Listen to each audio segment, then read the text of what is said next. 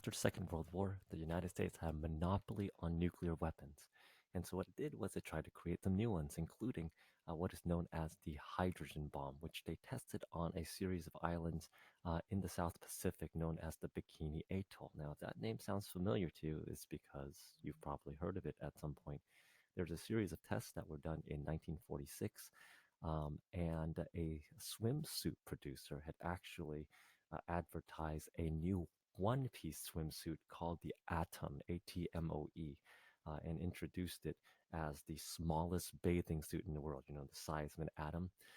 And then after the nuclear test at Bikini Atoll, they named their second one the Bikini, instead of a one-piece, a two-piece that had the midriff um, uh, taken out, a two-piece, right? So with the advertisement that, hey, this was now the new smallest bathing suit in the world because the bikini split the atom. Get it? No. Anyways, the United States had a monopoly on nuclear weapons, and it looked like they could do as they will around the world here. But it did not last long, as the Soviet Union and eventually other states are going to develop nuclear technology. And not only is this going to create what we call Cold War, again, the Cold War being that tension between the communist ideals of the East and then the democratic and capitalist ideals of the West. But then there will be some hot phases as well where there's some real conflicts. So we're going to examine both the actual hot phases, the conflicts where people are going to get killed, and then the Cold War itself, where it's this budding tension that may or may not explode into World War III. Right? So we're going to look at a number of different topics here today. But before we actually get to this, some background here, and particularly with the relationship regarding the nuclear bomb between the United States and the Soviet Union, particularly Truman's meeting with Stalin at Potsdam in 1945, whereby he responded and basically said, "We have something.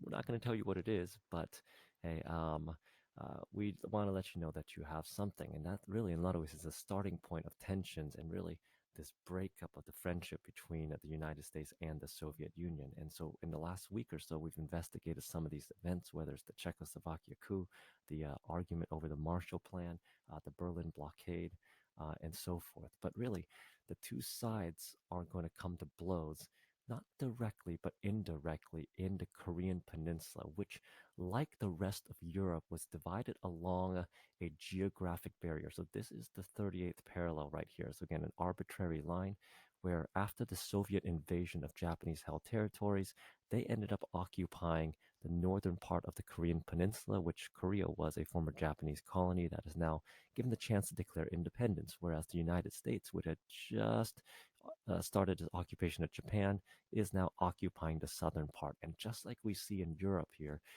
both of sides are going to try to implement their particular ideology, the communists in the north, the capitalists in the south. And as a result of this, they're going to empower new leaders on both ends here to say, look, create and unify a new Korean state based upon these particular ideas. And so there's a push on both ends. As it turns out, it's going to be the North under the leadership of Kim Il-sung, who's actually going to ask Stalin for enough aid to invade the South, and they do. And it's going to take quite a bit for and eventually a UN resolution led by the United States to prevent that from actually occurring.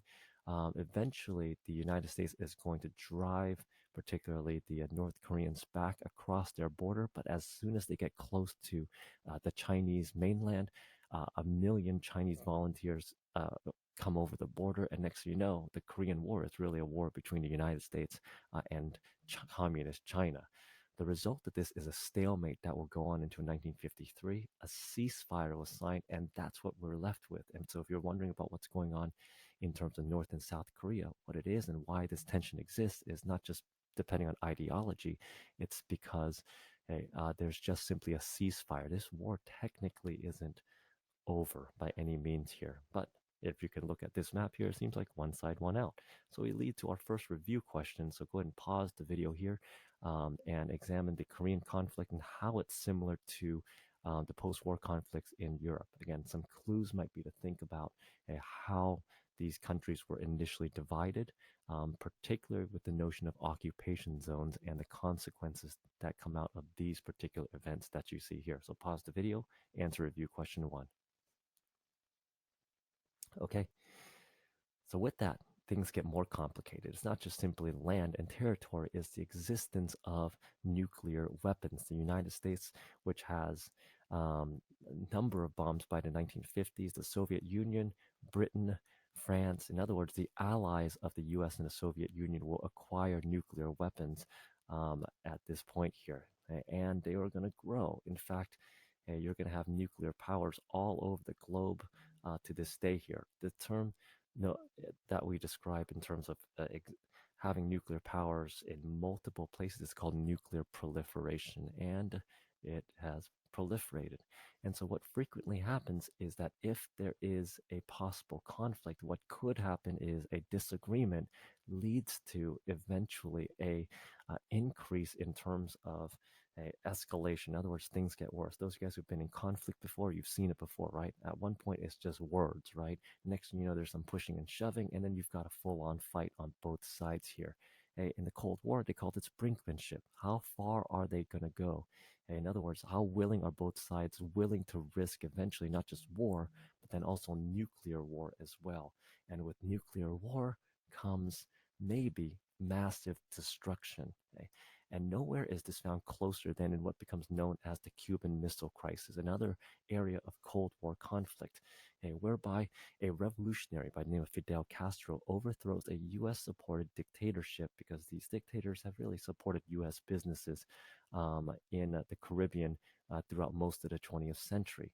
Castro, looking for help, turns to the Soviet Union, particularly to the Soviet Premier Nikita Khrushchev at this point. And not only that, but Khrushchev sees this as an opportunity to be able to set up missiles in Cuba, which are really close to the United States, to counteract the missiles that the U.S. have placed in Turkey, which is really close to the Soviet Union. Okay? And so the result of this here is now a confrontation, a showdown that you're going to go ahead and read about. And in the question set and on your response, it's going to say CMC question set. Go ahead and write in the answers 1 through 7 by observing the handout that is in your Google Classroom page. All right, so pause the video here and answer the CMC question set. All right, guys, hopefully we are back at this point. And as it turns out, and as you've read, who saves the world? Turns out it is Nikita Khrushchev, who actually decided to scrap the missile bases in Cuba in return for the removal of the U.S. bases in Turkey. But this could have been a disaster. This could have resulted in the end of the world in 1962, but it didn't because one side decided to back down. But neither side is backing down in terms of, when we talk about a Cold War, of building weapons and new weapons and better weapons, so much so that we have nuclear missiles that we can launch into space and come back down to drop on any target that they want, called ICBMs, or intercontinental ballistic missiles. We have missiles that we can place on submarines that are very difficult to find. We have air-launched cruise missiles that aircraft can go ahead and launch. And some of the craziest stuff of all are what we call MIRVs, whereby you can place multiple nuclear warheads on a single nuclear missile. It's some crazy stuff. So we have more than enough to blow ourselves up, who knows, 100 times over if we'd wanted to. Thousands and thousands of weapons. So what is it? What is the only thing to keep us from doing it? In fact, it's kind of crazy. Not just crazy, it's mad. What we call mutually assured destruction, or MAD. And what that means is this, is that the realization that if both sides have thousands of these nuclear missiles, that if one side launched, it's going to cause both sides to launch everything that they have, leading to full-scale destruction on all sides. In other words, if you use nuclear weapons, you are ensuring that mutually we're assuring our own destruction.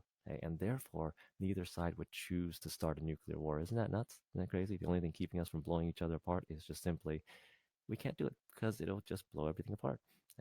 So with that, just a quick review of what we just looked at here. How does MAD prevent the use of ICBMs? So pause the video here, answer question 2. hopefully we are back at this point here. There are some other hot phases of the Cold War, and that includes what is known as the Vietnam conflict or the Vietnam War.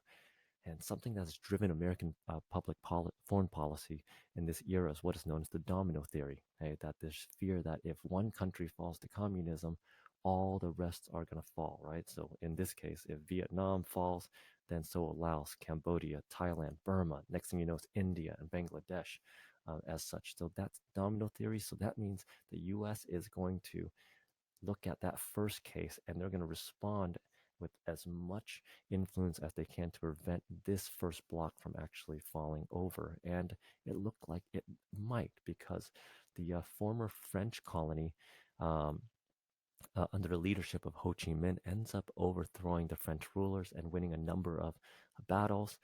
And the peace conference that came out of this resulted in, just like we see with Korea, a divided North and a divided South, where the communists led by Ho Chi Minh possessed most of the northern territories, and the southern territories would be propped up by initially France, but later on the United States, to support a semi democratic government in the South. And as the North starts to penetrate and attack the South, the U.S. is going to start to send initially some financial aid. Get some money, right? And they're going to continue to send financial and material aid all throughout here. Then a few men, some advisors, special forces are brought in. Eventually the Marines, because you need more to support the aircraft and defend the air bases and so forth. The next thing you know, by the late 1960s, there's 500,000 Americans in Vietnam. There's a draft that went on, and this would become one of America's longest wars in history, and it did not turn out well for the United States as a result here, where thousands of Americans would be killed, and eventually the U.S. is going to back out. North Vietnam is going to conquer South Vietnam, and Vietnam becomes a communist state in the 1970s. So in a lot of ways, people are going to die, and in a lot of ways, you can answer this question here. A review question 3, how the Vietnam War can be considered a hot phase of the Cold War. So pause the video here and answer question 3. Okay, hopefully you have that done and you have that complete. Okay, by the 1970s, however, both sides they realized that the Cold War and the cost of trying to create a foreign policy where you're trying to convince everybody to join your side, it's expensive. And not only that, but there's always this constant looming threat of men dying in hot phases of the Cold War, like in Vietnam, in Korea, but then also in terms of the possibility of nuclear war and nuclear conflict. And so the United States and the Soviet Union came together to discuss this in what they hope would be a release of tensions. The French word for this is détente. Okay? And so initially, this would begin with the work of President Richard Nixon in trying to improve the relations with China, the People's Republic of China.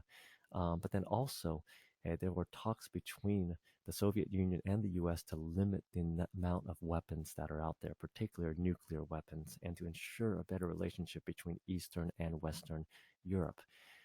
Some things will not change. Mutually assured destruction, both sides will have nuclear weapons, but they want to limit the numbers that are out there. So there's discussions on what we call arms reduction treaties. And the arms reduction treaties will become a series of discussions to one, try to make sure that those who have nuclear weapons, again, nuclear weapons aren't going away, but hey, if you can keep them in the hands of known individuals that you can negotiate with, you can send diplomats to, you can actually compromise, you can actually talk about this, greater the chance that nobody is going to launch. Remember, mutually assured destruction is if somebody launches one, it could cause nuclear cataclysm all across the globe. So the goal is to discuss and not allow anyone to launch one at all. And if you know who the players are in the game, it'll help to discuss. However, if there's somebody who's not willing to talk, like North Korea, for instance, then that's where we get trouble, because they may end up starting a nuclear conflict that nobody can stop. So it's important to have nuclear non-proliferation. Not only that, but to limit the number of strategic missiles and to a number of SALT treaties or another strategic arms limitation treaties. The United States and the Soviet Union are aiming to limit the numbers that are out there. Now, there was a second session that was created, but it was never signed because there was more conflict and tension between the United States and the Soviet Union. So, as we've just discussed, review question 4. Why is nuclear non-proliferation so important in preventing nuclear war? So, answer that question based on the content of our previous slide. So, pause the video here and answer this question. All right. As we move towards the end, that conflict that ends the discussion on arms limitation and what really is going to push the U.S. to build. All right, welcome back. Let's go ahead and take a look at the conflict that really ends the discussion on arms limitation, and that's actually the Soviet Union's invasion of Afghanistan. Now, Afghanistan's on the Soviet Union's southern border, and it has, for the better part of the 20th century, propped up a pro-socialist government in Afghanistan. But Afghanistan has some of the most conservative Muslims in the world, and many of them have joined this organization called the Mujahideen, whose goal was for them to destroy the government that is being propped up by the Soviet Union and implement a theocratic state in Afghanistan. In other words, a state based upon religion. The United States, however, sees an opportunity and starts to supply, just like the Soviet Union has supplied the North Koreans, the Vietnamese, and others in some of the conflicts that we've seen. So United States here is going to respond by sending material to the Mujahideen, these religious fighters who are fighting the Soviet Union. And one of these individuals who actually fought on the Mujahideen was a man by the name of Osama bin Laden. So for about a short amount of time, the U.S. and Osama bin Laden were actually fighting on the same side. The U.S. is going to supply things like anti-aircraft missiles. That is going to make life really hard for the Soviet Union. And this becomes a conflict very similar to what the U.S. experienced in Vietnam, whereby it's this conflict that will not end. It doesn't look like victory is in sight. Hundreds and hundreds of soldiers are dying each day, and they can't seem to get out of it as a result. And so eventually the Soviet Union is going to leave Afghanistan, mostly because its country was falling apart due to conflicts like this, and also by what the United States is doing. Remember, this is a Cold War. It's not necessarily a war of blood and conflict. Instead, it's one of building up resources, material, and making sure that your ideology is the one that wins out. And so the U.S., in trying to reestablish some of the prestige that was lost in the Vietnam War, it decides that it is going to rebuild its military, to spend a whole lot of money on not only conventional arms and tanks and aircraft and so forth, but also nuclear arms as well. But the big trump card, as it turns out, was this program called the Strategic Defense Initiative, or SDI, so advanced supposedly that it's supposed to be able to send out satellites and others that were capable of shooting down nuclear missiles. Okay? So if the Soviet Union or any other country sends a missile out into space, we have the ability to go ahead and shoot it down. Okay? It's so advanced that we nicknamed it after a series of science fiction movies that were really popular in the late 70s and early 80s, Star Wars. Okay? But this anti-missile system eventually really scares the Soviet Union, and they will have to make a decision. Do they try to pay even more money, and they're already economically at the brink, pay more for military spending or for consumer goods that people are vying for and desiring at this point here? What are they going to do? How much more can they spend on this? But there's this notion that if the U.S. gets this um, accomplish, it may upset the system of mutually assured destruction. So the Soviet Union has a decision to make. What is it going to do? And that's going to lead to, in a lot of ways, the climax of the Cold War in the 1980s, whereby the two fighters are really this war, in a lot of ways, is going to come to an end.